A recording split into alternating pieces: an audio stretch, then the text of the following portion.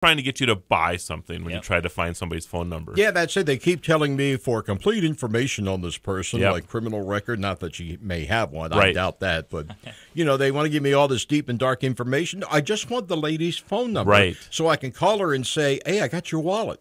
Have you tried to look her up on Facebook? Yes, and I texted her. I found her. She's a student at the local at Bismarck Community College. And I texted her last night. I haven't heard back yet. Maybe she lost her phone at the same time. Yeah, maybe. So just saying. I don't know. Yeah. What I did, I finally called the campus police over there. There you go. And I said, if I drop this off, can you get it to her? Well, it's amazing you're doing this, Jim, because today is National Good Samaritan Day. Oh. And I just had a reporter reach out to me a little bit ago about, what makes a good Samaritan. I'm just thinking, Jim, right here. That's amazing that you're going through all these hoops just to try to return somebody's billfold, because most people would not do that, Jim. Well, we've all been there. Yes. Yeah. We all know what it's like to lose a wallet or, your cell phone or something really important. Right. Well, I think it's great that you're trying to even with all the hoops you have to go through, that you're going through this. So that's fantastic. Yeah. Well, I'm not going to jump through that many hoops. I will get it to her. But like I say, I'll probably just drop it off at the campus security office. That's a nice thing to do. So, and I see the Tech Geezer got a special prize today. Oh yeah. Yep. So what did he get there? Bottle of Coca-Cola. Nice. Now, is this real Coke in here? It is real Coke. Oh, good. Good. Yeah, it's not mercury laced or anything. So if he drinks it, he's not going to be any worse off than he already is. Yeah, it's one of those share a Coke thing. This is the thing I love about technology nowadays. You can get a bottle of Coke that says the Tech Geezer on it. I love it. Or you can go to the M&M plant and get M&Ms. Have you ever done this, Dave? No, I haven't. Yeah, we went to, I forget, when we were in Vegas a year ago or whatever. Some people that we were sharing a broadcast booth with, we went in there and we got all their names put on M&Ms, and we got them all in a bag, and we started sharing them the morning of the broadcast, and people started like, how come Mike's name's on here? Well, here's my name too. Yeah. So pretty cool stuff, actually. Well, nowadays they have to have all these trendy names like Jared. Right. And Kelsey, like that. Spelled with a Q instead of a K. Right. Yeah, and an I at the end. Yes. So before we get into the robotic stuff, Dave had just mentioned that he's doing kind of a boot camp of sorts here coming up. And I want to know more about it, Dave. So why don't you tell us about this thing that you got going on? Well, with working with the College of Engineering, we work quite a bit with inventors and that type of thing. So here back in, it's been a long time, 2011, we did a boot camp for inventors. So we figured it's time that we do another one. So basically what it'll be is it's a 2-day boot camp coming up May 2nd and 3rd. And what we're trying to do is bring all the resources in North Dakota in that typically works with these inventors to kind of give them a little bit of information on what it takes to go from concept to commercialization. So if they got something on a bar napkin or whatever sketched out, then they can just, what does it really take to bring that concept to commercialization. So my first question, since the show is listened to outside of North Dakota a little bit, can people from across the country attend the Inventors Boot Camp? Yeah, they could. Okay. Yep. So it's in Bismarck, North Dakota. Yep. May 2nd and 3rd. May 2nd and 3rd. Is there a website they can go to find out more? We'll actually have to get that information out. Just give me the link when you have it, and I'll throw it up on the Tech Ranch website. Okay, we'll do. And get it to me. I'll put it on our Facebook site. Okay. Perfect. So is there anything that came out of the 2011 Inventors Boot Camp that you remember, or maybe that sticks out with you, or something that got to market? Or there's actually some different products that have made it to market, but I don't remember if they were actually they're products that we had worked with the inventors on, but I don't remember if they'd actually gone through the boot camp or not. Okay. But we have things like Lights On Safety Solutions. Oh yeah. If you remember. Yeah, I do. Yes. John Holton. Yep. Yep. So he's done okay with that, actually. Yeah, so. he's done pretty good with that. Yeah, that's cool. That's cool. So, things have changed a lot in 6 years. Mm-hmm. I mean, you probably didn't have a 3D printer readily available to you back then.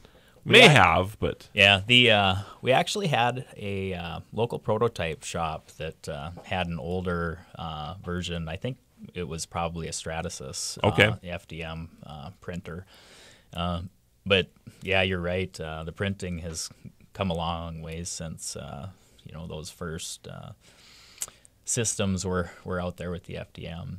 So are they going to be able to actually prototype some things during the Inventors Boot Camp, or do you not go quite that far? No, we don't go quite that far, but we'll have the resources in there talking to them. So, we'll have folks that actually do the prototyping in there. So if they have questions on it or just making those connections so that they can tap into them after the program. So if you have an idea right now that is actually something that you need to manufacture that maybe you had to do some type of die for in the past or whatever, have you seen that the cost of going to market has dropped significantly over the last 6 years, or am I wrong? It actually has come down a little bit, and actually one of the the use of 3D printing is a big part of that reason. In the past, you'd have to create dies which are could be $10,000, $20,000, $50,000 for a die, where nowadays you can just print it out with the 3D printer, parts that wouldn't have been possible before. Okay. So. And what about like licensing your idea out and those type of things? Is that easier as well now than what it used to be, or? I think that process is probably fairly similar. Okay. But as far as making the prototypes, that stuff is way faster, way cheaper than it used to be. Interesting. So again, we're going to have Jim's going to put it on the SuperTalk 1270 website. I'll put it on the Tech Ranches as well about the Inventors Boot Camp. That'll be coming up May 2nd and 3rd here in Bismarck, North Dakota. Yep. We should invent something. You and I should get together, and we should be like the guests that show up in the last half hour with, this is what we created. The better mousetrap. I'll bring my cat. Maybe we can build a robotic cat or something along those lines. Yep. Yeah. We should do that, Jim. Yeah, that'd we be should hilarious. come up with something. We're going to come up with some drawing on a bar napkin, and we're just going to show up, Dave. So Sounds like a plan. Yeah. After the break here, we're going to talk a lot about how robotics are going to change the way you keep your house clean. So come on back. Right now to Below Zero. Here's Sean Hannity, weekday afternoons on SuperTalk 1270. Follow the Guru of Geek at Facebook.com/The Tech Ranch or Twitter at Guru of Geek or TheTechRanch.com. Here again is your Guru of Geek, Marlo Anderson. And we want to thank all of our listeners who follow us on the Blueberry Network, on the Tech Podcast Network, the second tier. We're also on Tuned In, we're on iTunes, we're on the Roku, we're on Apple TV. Fortunately, they don't film us while we're in here, Jim. Yeah. And the Tech Geezer as well. Yeah, thanks for the Coke and the smile. Hey, absolutely. I used to drink these when I was in the war. Coca-Cola? Yeah. They actually had Coca-Cola in the war. Well, they actually had cocaine in the Coca-Cola. I forgot about that, actually. That was, until the 60s that they pulled the cocaine out of it? Yeah. You kind of missed that, I bet. Yeah. Got me through the Spanish-American War. That's where the smile came from. That's exactly right. Teddy, you drink them by the gallon. And you yell, bully! Okay, I'm back. Yeah, I was going to say, go to sleep now, Tech Geezer. He's going back. Appreciate that he showed up anyway. I forgot about that they had cocaine in Coca-Cola for many years they had that, wasn't it? Right. And there was a caffeine that they replaced it with then? Or? I'm not sure. I've got a book at home about the history of Coca-Cola. It's a great book. And I should bring it in. We should look at it. Well, originally it was actually sold for medicinal purposes, wasn't it? Right. So. It was developed by I think a pharmacist, a fellow named Pemberton in Atlanta, Georgia. Okay. And he developed it for something to help settle your stomach. Right. Well, in fact, I think that's why it was in so many, the soda fountain type of thing. Soda was a big deal back then. To settle down a person's stomach. So if you could get it flavored, that was fantastic. Yeah. Sure. So vanilla, cinnamon, I forget the others, but those two of the flavors are vanilla and cinnamon in Coca-Cola. There's orange pop, there's soda pop. I know it's the North Dakotan in me now saying pop, right? Pop. root beer, there's cherry, there's all this other stuff. I have never seen a banana-flavored soda pop. I believe there is one. I think, I could be wrong, Fanta, the root beer people. Okay. They make several flavors of soda, and I think they make one. Well, I know Fanta makes strawberry and orange. In fact, I used to drink those like going out of style when I was a kid. I don't know where you would get it.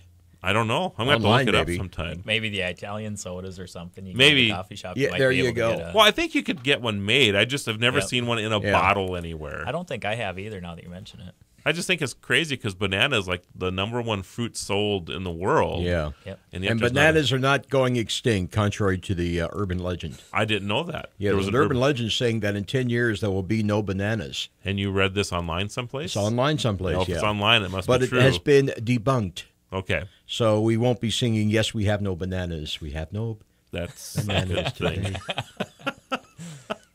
And what's the other one? I like bananas because they have no bones. I like bananas because they have no bones. Everybody, this is the Tech Ranch, by the way. That was a big hit when the geezer was around. That's right. He got us off topic. Oh, actually, he's older than it is. It was a golden oldie when he was around. So anyway, Dave's in the studio today, Dave Lehman. He's the engineering extension specialist with NDSU. And what I like about Dave, among many other things, is that he's kind of a tech geek like me. He loves all these innovative things. And we don't use the M word. No, we do not. Yes. Yeah. You did call me a nerd the other day, though. Did I? I think you did. Oh. Maybe somebody else did. And then right away stepped back and said, I meant geek. I stand corrected. I don't know if there really is much of a difference between the two, but... Well, when I was in high school, you were just called a brain. Yeah. And it was not considered a compliment. No, it was not. No. It was not. Now we rule the world, so that's a good thing. Priorities. Karma at its best, right right? Yeah. So anyway, we're going to get into robotics a little bit and how they're helping the homes, and Dave and I both have robotics that work in our homes, and the first thing we're going to get into is the vacuum cleaners. Do you have a robotic vacuum? No, I don't. I could use one though. I find that fascinating that you don't have one, especially since we're going to in the next conversation here. I skipped over 101 and went to 201. No, that is no kidding, by the way. And everybody, you have to stay tuned for what he has going on. So I have 4 in my house, and then we have I had one at the office, which I've upgraded to a super one at the office now. So, and I will say, I got my first one as a gift for Christmas a year and a half ago. Or approximately a year and a half ago, right? And I opened this thing up. It was from our kids, and I'm like, are you kidding me? I mean, it's not like I don't mind vacuuming now. I don't know. I get some perverse pleasure out of vacuuming, I guess, but I do like to vacuum. But we installed this thing, and from the onset, I mean, the first week, I was just fascinated with this thing running around my living room, cleaning it up. I would go over there and just turn it on to watch the darn thing, right? Yep. And now that I'm used to it, and I fell in love with it. Absolutely fell in love. I came home every night, and the one floor is clean, and the rest of them are not, right? So then here we go with 2, 3. So we have a 4-level house, so I now have 4 of these things running around. And I have to admit that, and even when the kids or the grandkids come over now, and they throw popcorn and everything else on the floor, I don't even fret about it anymore, because I know that our robotic vacuum cleaners are going to come out in a couple hours and clean it up. They probably do it on purpose, just so they can watch it. They actually do. They actually watch do. this. Boom. Yeah. So it's wonderful, and every day they come out at 10 o'clock and they clean up the house, and I come home every night and the floor is clean. It's wonderful. Is that the vacuums, or is that the sweepers? So we have the Nito. So it does both carpet and floors. Okay. I don't have so there's another one by iRobot. So I'll back up a little bit. So on the vacuum cleaners, Roomba has pretty strong in that market. That's Nito's the one pretty everybody's strong. heard of. Roomba, yep. Samsung is the super one that I just got. That one ran, I think, like $800 for that one, but it's supposed to do like 6,000 square feet. Holy smokes! It does a lot, and we've had it in the office now for about 3 months. And the problem with our office is that nothing's ever in the same place twice. So it learns, and then tomorrow it has to relearn everything. So it's had some problems kind of adjusting. But I noticed on Friday that for the first time I've ever noticed, it actually went back home. Usually we come in the morning and we're like, all right, where's our vacuum cleaner at? So we go through this search through the building trying to find it. Yeah. But it's now coming home on its own. So that's pretty cool. And it's great because our floors are pretty much always clean when we come into work or whatever. So kind of nice. Yeah, that's handy. Yeah. So you need to get one, Dave. I can't believe you don't have this. I do. I need one. Yeah, and then the Scuba is also by iRobot, and it took the Roomba a step farther. It actually washes your floors as well. So it doesn't just vacuum them, it actually washes them too. So that's kind of cool too. So if you wanted to step up from that. But going into you now, so you're right. You skipped over 101 and went right to 201. So why don't you tell everybody what you have and what you've done with this? Well, last summer I actually bought a Husqvarna 430X, which is an auto mower.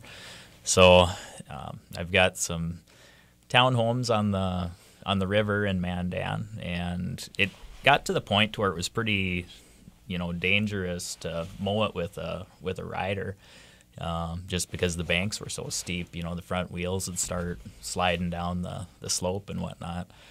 So, you had to do a lot of hand mowing and that type of thing. So after, probably the first month of that, I'm like, well, there's got to be a better solution. So I Googled robotic lawn mower, and this Husqvarna is what popped up. So you actually, how many yards do you do with your lawn? That one does 7 yards. 7 yards. Yep, they're all connected. Right. But right. Yep. And so, how long did it take to set up? It was pretty easy. You put your you've got a guide wire that goes around the boundary. Okay.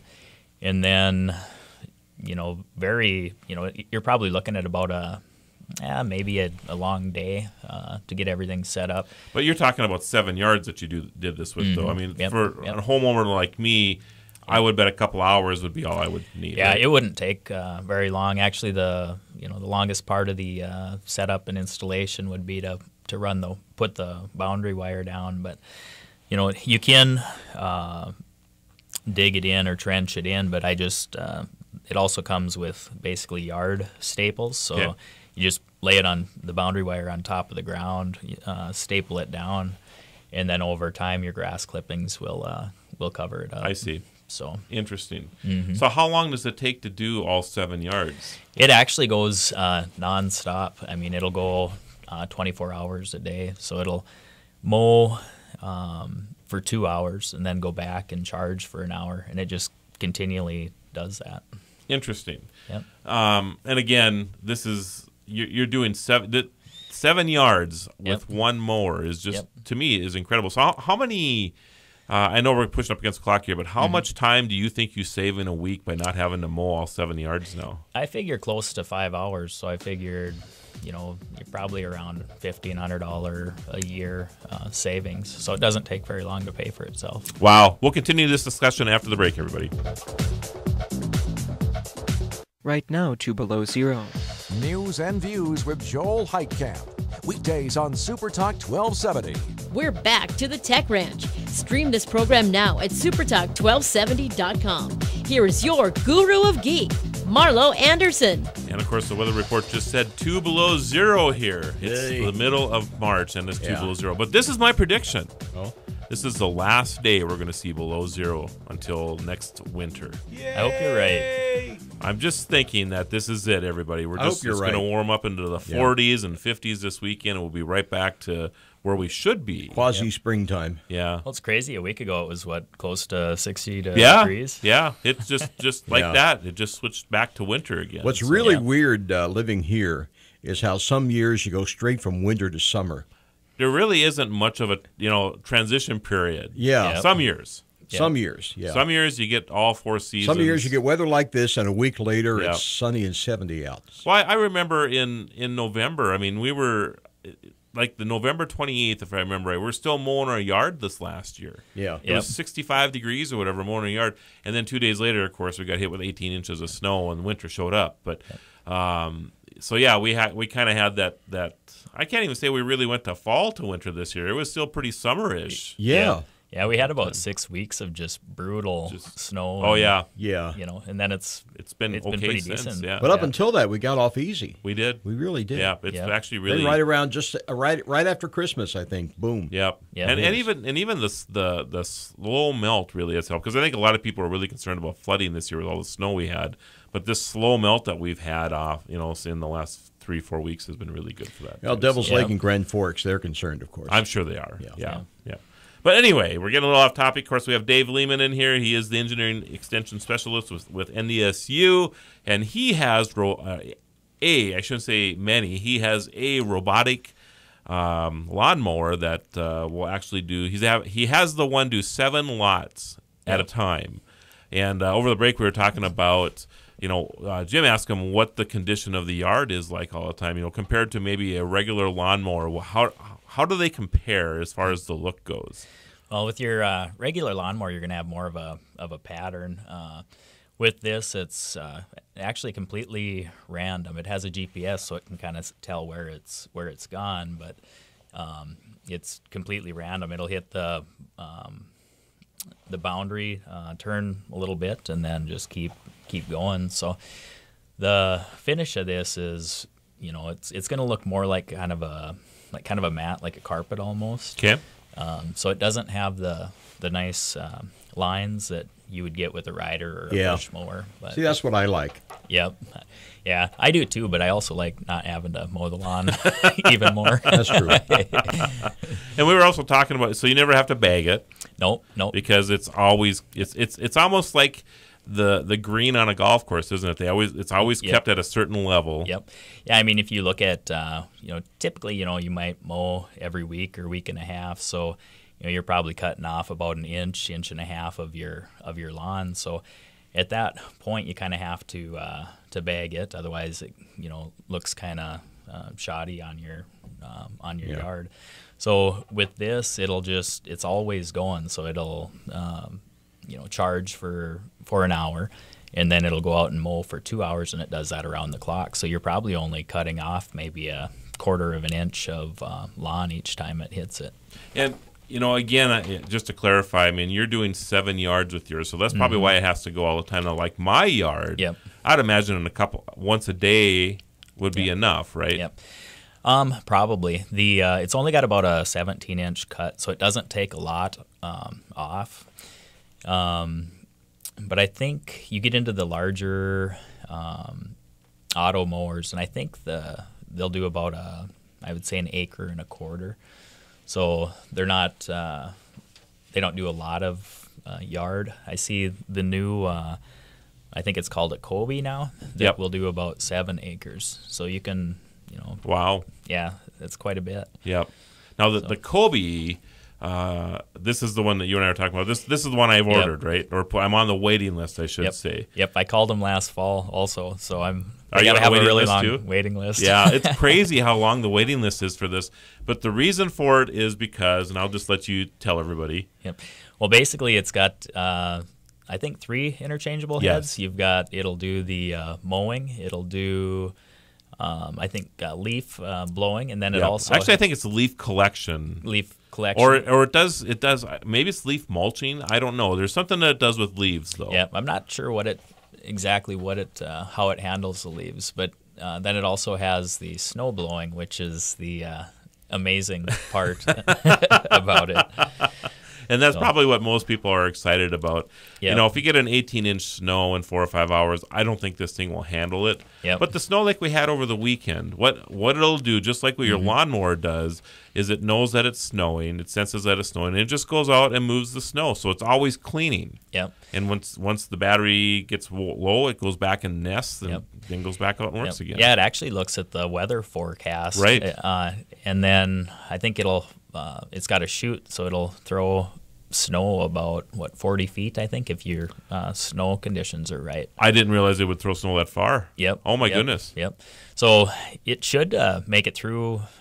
If you don't have a huge area, it should handle even the snows that we've had this year, because you're constantly going. Right, and that's the key. You're not going to be out there pushing 18 inches of snow at one time. Yep. It's going to go out every time there's an inch or two on the ground, and go do it. So that's great. It is. It is. Yep. I mean, you wake up in the morning and your snow is gone. Because what we have now is just the opposite. You wait until there's a big pile of it, and then the guy, through no fault of theirs, only then can they show up and actually shovel it, because they have to wait until it's finished. Right. Yep. Right.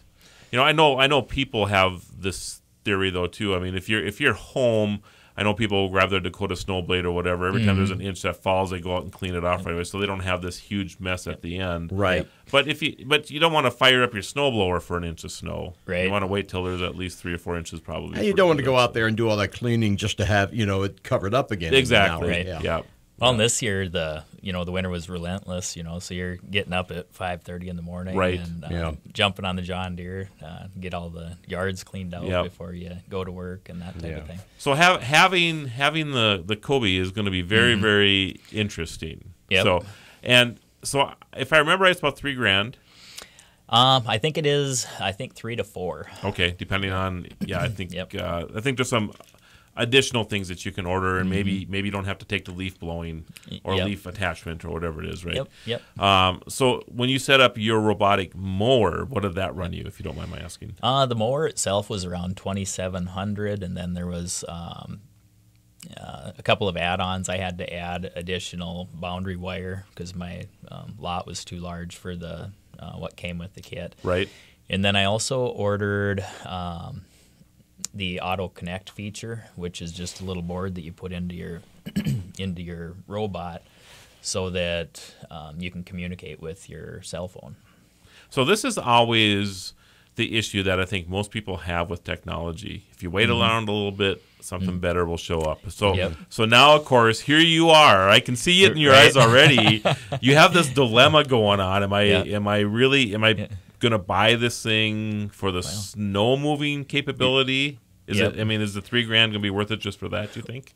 Absolutely, it would be Okay. for me, just for time savings. But I'm not 100% sure that this one will be capable. I need to know a little bit more about it, because when you look at 7 lots, if you're just blowing snow out of your driveway, you can just move your car and then make sure that there's nothing in the way when the snowblower is going.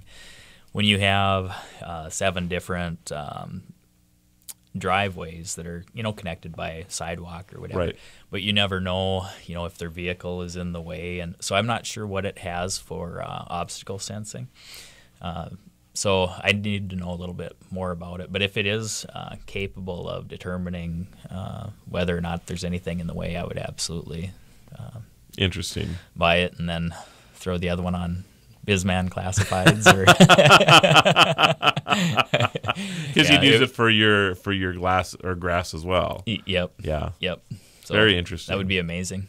Yeah, it would be. I'm anxious to get mine actually. So hopefully this summer sometime mine will show up at the door and we'll be ready to rock and roll with that. So the other thing with this is, by the way, I don't think you have to put a perimeter fence line down, because you do it by GPS with this one. Yep. This one's completely GPS. So that'll be, and I'm not quite sure, it'll be interesting to see how that works, but it seems to me that you either walk the machine around with you, or you have some type of sensor device that you carry with you to mark your yard. Okay, with that. So speaking of which, though, the boulevards that you have now. Yep. So did you actually put perimeter line down through the boulevard? Yeah, I actually did. It assumes that the sidewalk is part of the yard. It does. Okay. Yep. So where your cracks are at in the sidewalk, I just ran the boundary wire through those cracks and then siliconed it. Oh, okay. So, So it assumes the boulevard and everything is just one big yard. Interesting. Wow, I have to tell you that I've talked to a few other people who have robotic mowers, not to the level that you do, and I think it's amazing what you have accomplished with a robotic mower and the time savings that you enjoy. because of it. And your yard is always looks groomed. Yep. Always. Yeah, you never get, we had talked about, how it looks nice to have that checkerboard pattern, but, we've got, your checkerboard pattern only lasts a couple days anyways. That's right. And then it's shoddy before you mow it again. Right. So this way it's always just... It's always the same. Yep. Which is, I think, absolutely fantastic. So, Yep. All right, we will continue this conversation with Dave after the break. We're going to get into window cleaning robots as well as security robots. So you'll want to stay tuned for that. Currently 2 degrees. Dave Ramsey is heard here. Super Talk 1270. Follow the Guru of Geek everywhere he goes. Post your comments or questions at thetechranch.com. Once again, your Guru of Geek, Marlo Anderson. And like usual, our best conversations are held off the air. Oh, yeah. Boy, we were dreaming about nanobots and what drones can do in the future. And drones else. with tasers out of control. Yes, yeah. Maybe I should share that story, right? That's got to be. Please, God, let that be on YouTube. Please. I'm not sure if it. I'm trying to remember if it came through YouTube or if it was an industry-specific thing that I got one time. But this gentleman had developed a drone that has a taser built into it. So the idea behind it is that if you're a criminal or in the act of committing a crime, right, and instead of having police chase after this individual, that this drone will actually use facial recognition. So wherever this person goes, this drone will follow them, and when the drone gets the right opportunity, it will tase the perpetrator, right? So anyway, the first time this inventor puts this up in the air, there was a little bit of a malfunction, and it actually thought the perpetrator, they had a mannequin in the room, and it was supposed to just zero in on the mannequin and then tase the mannequin. Well, the drone thought the perpetrator was the actual inventor of this device, and you can see this person, this gentleman, trying to get away from his own invention, just running like crazy around and around because he knew that if he didn't get away from this thing, he's going to get tased, right? and once the drone had a clear shot, it tased him. Oh, not good. So I guess, in a real world scenario type of thing, he actually proved his own invention, but he probably didn't want to prove it on himself. It was kind of funny to watch. So Jim's busy looking it up right now. Did you find it? Well, there's a bunch of videos of demonstrations of this thing. Okay. I don't know which one, if any, is the one we're talking about. There are some that have the word fail in the title. It might be one. It's probably one of those. It might be one of those. So. Drone fail. So anyway, and that's actually a nice segue into what we're going into next is an actual robot that's called Agent 007. And this particular robot, it's used by laboratory robots in its line of home helpers. It's a company of Mobile Robots Incorporated. Agent 007 is equipped with a security cam and can announce police freeze if an intruder opens a window. The company uses similar technology for its Jeeves and Brewski bot, which is what you and I should have, right? Which shuffles drinks to party guests. There we go. So they're also making those as well. So if you need somebody to, if you're having a party at your house, you can get yourself a robot or two to serve drinks as well. But it's interesting where some of these things are going. So you have home security, and I think you're going to see more and more of these type of. So like right now, this is kind of my theory with all this, right? Yep. You're going to start seeing these devices start integrating with each other. So think of it like when we first had the inkjet printers that first came out, right? I used to have an inkjet printer, I used to have a fax machine, and I used to have a scanner. 3 separate devices. Mm-hmm. And now you would be hard-pressed to find a fax machine by itself. Right. Because they're all integrated into one now. Yeah, I don't even use a fax machine anymore. Right. In fact, I just added a scanner app on my cell phone. Okay. So you just take a picture of it. It finds the field of your document, and it's amazing where that technology has gone. It really is. But if you had to fax something, you have one. You probably have a printer at your home or office that has a fax built into it. There is actually pretty much all the printers do, but I don't even know if I could use it anymore. I understand, yes, but you know what I mean. So I think we're going to start seeing our robots in our homes start doing the same thing. You're going to have a robot that cleans the floors, maybe serve drinks, right? Maybe have a camera built into it, so you have something that you can, and then you control it on your smart device, so you have somebody that breaks in, and this device that still cleans your carpets all of a sudden deploys and says, hey, get out of my house, I can see you right now because you're on the camera, you know? Yep.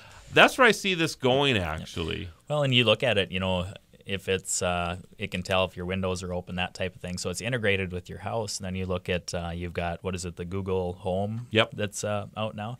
You know, so at what point do all of these things interact, and you've got a totally secure, clean house? I love it. I love it. Yep. You'll never have to clean up after me again. So Nope. Yeah. And Alice, my wife, is looking forward to that too. This one is kind of cool. I'm going to show this off to Dave here. Why don't you explain what you see right here? This bottom picture right there. The alarm clock. Yes. You've seen this before? I actually have. Yep. Okay. So basically, you've got the WinBot, or no, the Nanda Clocky is the robot. Right. So as soon as your alarm goes off, you know, right now it's pretty easy to go and just, you know, hit your snooze and sleep through it. Well, not with this robot. So basically, as soon as your alarm goes off, this thing flies across the room, basically. Right. Yeah, I guess you have one opportunity to put it on snooze. Yep. And I'm guessing that there is a separate, one that you can hit for snooze, right, on next to your bed or whatever. Yep. After that, this thing actually starts moving around your room and away, and it won't shut up. You have to get out of bed to turn the thing off. I think that's awesome. I think so too. There's a couple people I know that would hate me if I got them this gift. That's for sure. That's for sure. And then, of course, Windows. Mm-hmm. And I'm trying to find my little notes, which I don't see right here. Okay. Yes, I have the WinBot here. I thought I printed the photo out of this thing, but it's actually a flat piece that goes on your window, and then it self-cleans your windows. Have you seen these as well? I actually haven't seen this one. Okay. So, and I think, especially outside windows, when they're up a couple floors or whatever, it's always kind of difficult to get out there and clean them. If you can attach this device to it, or even if you're inside and you can't reach very high up on the window, this will go up and down and clean your windows. And does it have little suction cups? Well, it's got something that it adheres to it, yes. I don't know if I call it suction cups per se, but it has a method where it actually keeps itself on the window. Very cool. Yeah. I don't know if at this time I would use one. And the reason for that, as I'm thinking about it, is that, there's so many windows in the house. By the time you move it from one to the next, I think would be kind of a pain. Right. However, if you are in a commercial building that has just the whole front of your building is windows, oh my goodness. Yep. Well, even with, in my situation, with the rentals, I had somebody in to clean them here a year ago. There's so much, construction, going on in Bismarck, Mandan, that you get a lot of dust and dirt and stuff. So it's something that if you've got more than just a single house, I think it would probably be pretty handy. I think there are some places that it works pretty well, and I'm guessing that this technology is going to get better and better and better as we go. Yep. Where I see, especially the outside windows, I see a marriage of drones with this technology. Yep. Where you have some type of drone that deploys to do your windows, and you can just kind of maneuver it around to go from window to window. That would be kind of cool. Yep. Yeah, it would. So, We were talking about, Boston Dynamics. They've got their robots that kind of walk around and basically articulate just like humans do. So you could, in the future, have robots like that running around cleaning your windows. And why don't you talk about that robot a little bit that you've seen? They've got Boston Dynamics came out with a robot. I think it's called Handle, I believe. Okay. And this robot is just amazing. It articulates. It's got your legs and your arms and different things like that. So does it walk like you and I? It has. It's bipedal, but basically it's got a wheel, maybe a 6 or 8 inch wheel on each for each foot. Okay. But the thing is the electronics are so good on there that it balances and basically goes anywhere you want it to. Now, the cool thing about this is you can run it down a flight of stairs, with wheels, and it won't fall over it. It's got a pretty decent gyroscope built in. Yep. The gyroscope in there is just amazing. So, and it can jump. It's got a 4-foot vertical. This thing is just unbelievable. So what kind of things are you going to, I mean, is this robot going to do many of the household chores in the future, like clean our clothes and things like that? It certainly can. The reason why they call it handle is they want it to have it as a material handling robot. So it can actually lift up a box of, that's 100 pounds, and then the gyroscope will, still keep it upright even while it's carrying a heavy load like that. So do you see robots like this helping with like construction crews and things like that as well then? Yep, it certainly could. Construction crews or, doing laundry. It could run down to your dryer and pull everything out. And, it's just amazing the capabilities that these will have. At some point in time, they'll be able to be programmed to do anything that really a person could do. Absolutely amazing. Dave, it's a pleasure having you on the show. Yep, you bet. Jim? Thanks. Yeah. It's been great again, man. Happy National Napping Day. It is Napping Day as well as Good Samaritan the geezer Day, is celebrating. He is. He celebrates that every day, actually. Every day. Have a great week, everybody.